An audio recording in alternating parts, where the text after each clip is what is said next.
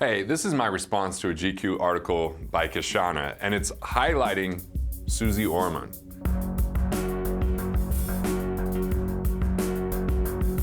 In the article, it says, in 2004, I met a personal finance expert, Suze Orman, who's convinced that all we need to do to become millionaires is to quit coffee. Now, first off, come on, man, coffee for me? I didn't even believe in coffee till I went and spent some time in Italy, and now it's part of my lifestyle. I've been to this intelligentsia course, learned about direct trade versus fair trade, about third wave versus second, learned about the different grinds. Like, it's now part of my morning ritual, and as a writer, part of the process. I really enjoy it. And you know what? Quality of life really has to be at the forefront because you're your greatest asset, not some stock, bond, or piece of real estate. And reductionist thinking isn't what's going to get us wealthy. No one shrinks their way to wealth. It's about production level thinking.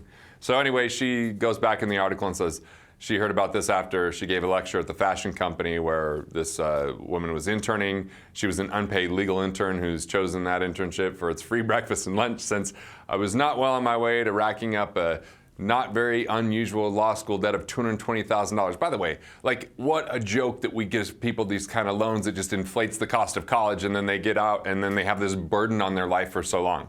Anyway, Kishana goes on to say that she went up afterwards to ask about the tips on how to deal with this mountain of soon-to-be money, since she hadn't mentioned student loan in her speech. And instead of sage life-saving advice, she was sure she would offer on how to manage an amount of student debt the size of a home mortgage. She quickly brushed her aside with a breezily uttered, student debt doesn't count because it doesn't affect your credit rating, which is like, student loan doesn't count. Like, your credit rating is just like access to money, or maybe saving on insurances like car and homeowners insurance, but like, it counts because it's a burden in your life. It's a cash flow outgo versus inflow. So yeah, she was left to wonder if she was right, she says. And maybe there was a glorious world that I just couldn't see in which the implications of taking on that much debt could be boiled down to whether it affected a 3-digit number that would theoretically let me buy a house sometime after I paid all of it off, which was scheduled to happen only slightly before Santa becomes real. So, good writer here, but she makes some good points. Like, one concern I really have with Suze Orman is, like, I've seen her all of a sudden promote Starbucks before because she had one and she wanted to change her opinion. And I'm like, oh, well, obviously Starbucks became a sponsor. I've seen her, you know, with the FDIC on billboards, having people feel comfortable. Like, she's giving advice, but where she paid. And then I saw of her $20 million net worth years ago that she had so little that was actually put in the stock market, yet she doesn't really take time to dissect. How does the stock market really work? What's the real rate of return? What are the volatility implications? What's flash trading doing to it? What's the expense ratios and 12B1 fees? And yeah, she might say go to a, you know, a no load fund like Vanguard, but like, what's the real rate of return here? And what are people really going to expect? And what are some of the pitfalls along the way? I know she tells us just to scrimp and sacrifice and save and become the Ebenezer Scrooge of finance, where yeah, you're going to have a bunch of money, but a miserable life. I mean, even Saturday Night Live made fun of her about how this multi-millionaire calls in and she said to go vacation in the Keys even though they already lived in Florida and wanted to go to Europe because it could save money. It just shows the ridiculousness of this. So this author goes on to say, this past weekend, CNBC reminded us of Orman's distaste for coffee. If you waste money on coffee, it's like peeing $1 million down the drain. Like, when I was first off married and my wife would order wine at dinner, I used to say, well, look, if we take that $6 for that glass and instead invest it into a fund for the next, 30 years, that's going to become thousands of dollars, right? And that's just absurd because why do we have money if we don't have a way to utilize it? And I believe in something called value-based spending. Value-based spending doesn't just look at the price or not even the economic impact alone. It looks at your fulfillment, your joy, the improvement and quality of life, and money that never gets used is just potential. It's just wasted anyway. So back to the article. It says, man, personal finance experts do love shaming people for buying coffee. Like, you're not going to become rich by not drinking coffee. That is asinine. Like, that's not, like, have we ever seen a really wealthy person up on the screen and say, I owe this all to giving up coffee? And then the author says, an avocado toast, like this is some kind of luxury. If we'd only just stop paying for haircuts and just shave our heads. I used to do that to save on money when I was an absolute miser. But now you can see I have these luxurious locks, right? So in the article she says, as USA Today recently recommended, the dollars we'd save would also destroy our crushing student debt and sink the effects of years of wage stagnation, income inequality, and deunionization with it, allowing us to buy those houses we're too broke to buy right now, 5 minutes before we kick the bucket, and we'd also end up completely professional, hacked off ourselves hair, right? So look, when we look at this, yeah, this is all this stupid nonsense financial advice of one day, someday, wait, sacrifice, scrimp, save. Like sacrifice is the bane of our existence. It sacrifices our abilities, our thoughts of production, our world of value creation. It's all about playing not to lose and what we can hold on to, but we never really get to enjoy life. It's like a diet, like never eating, never enjoying, never having satiating experiences. I get pissed about this because then Orman claimed in the CNBC video that if someone invests $100 each month in a Roth IRA for 40 years, 40 years? Are you freaking kidding me? 40 years? I'm 80 years old at that point. They'd end up with $1 million. First of all, that assumes that you have 40 years left to live, the article says. Second, she assumes a 12% rate of return on the often volatile stock market. 12%, Susie, come on. You have a brain. You're a multimillionaire. Who's getting 12% rate of return in the market? Buffett says expect 6 to 7. 12%, if we're talking average versus actual return, is absurd because average return, you could have 100 grand, lose 10%. You're now at 90 grand and earn 10% the next year. You're now at a 0% average, but you're not back to even. You're at $99,000, assuming no fees, assuming no tax implications, and you also lost the time value of money. So this 12% rate of return mythical, it doesn't exist. We looked from 2000 to 2015 in the stock market. Obviously some good years and some bad years in there. And what we found was the total return adjusted for inflation was 8.4%, not per year during that period of time. So this 12% is egregious, it's irresponsible, and it should be illegal. It's the top amount that you could quote, but it's the top end of something that's a fairy tale that's not going to happen. So this author is pointing this out.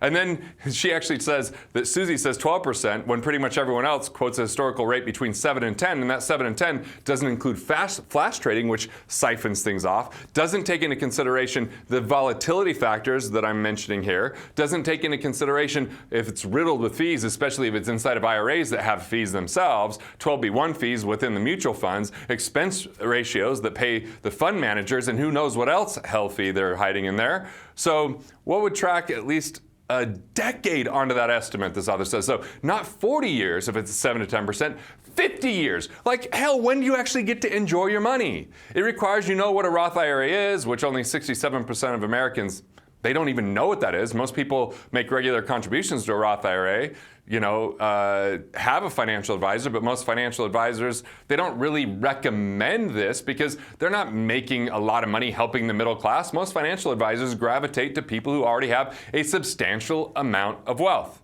The author says to make matters worse, 58% of Americans are actually living paycheck to paycheck. There is no money left over. This is why in my world it's all about efficiency.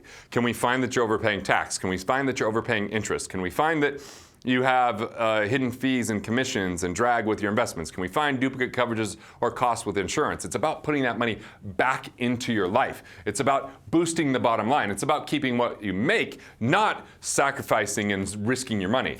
So the author says, let's face it, the personal finance industry is a scam for those of us who aren't already loaded. I agree. Like this notion of scrimp, sacrifice, save, delay, defer, like it's 95% of people that when they are 65 are not economically independent, can't stop working and pay their bills.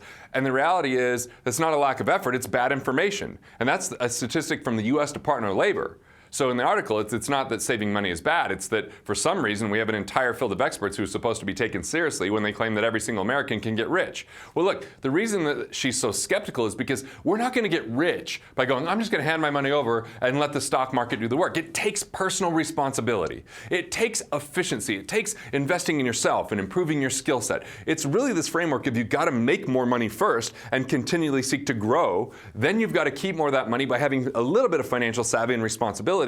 Then you can learn to grow that money, and then you invest back into yourself. But if you think this is sit back, hand it over, and it's all going to work out, it's not. And Susie is absolutely misleading people.